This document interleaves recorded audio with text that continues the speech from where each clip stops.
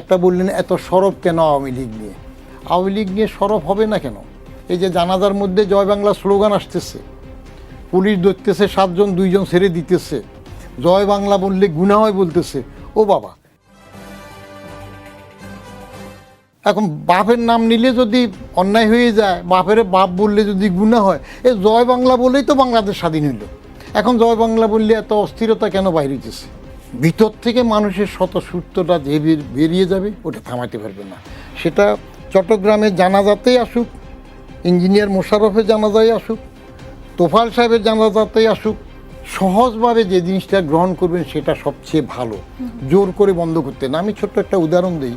একজন সেক্রেটারি যখন ডিসি ছিলেন ফরিদপুরে, তখন সরকার বিরোধী একটা মিছিল হইতেছে।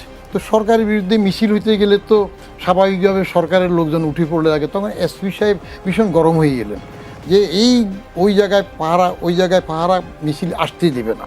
কিন্তু ডিসি সাহেবের কাছে যখন বললেন মিছিলটা হতে দেন, শুধু খেয়াল রাখেন যে ভাঙচুর যেন না করে। বলে চিন্তা করতে হবে কোনটা ভালো হবে, কোনটা খারাপ হবে। যেটা দিয়ে সরকারের কোনো খারাপ হবে না সেই জাতীয় মিছিল এনকারেজ করে ভাড়া লোক এসে করুক না, অসুবিধা কী? মিছিল হতে দেন। একটা বিরোধী দল সরকারের বিরুদ্ধে স্লোগান দিয়ে 3 মাইল যাবে, তাতে সরকারের কিচ্ছু যায় আসে না।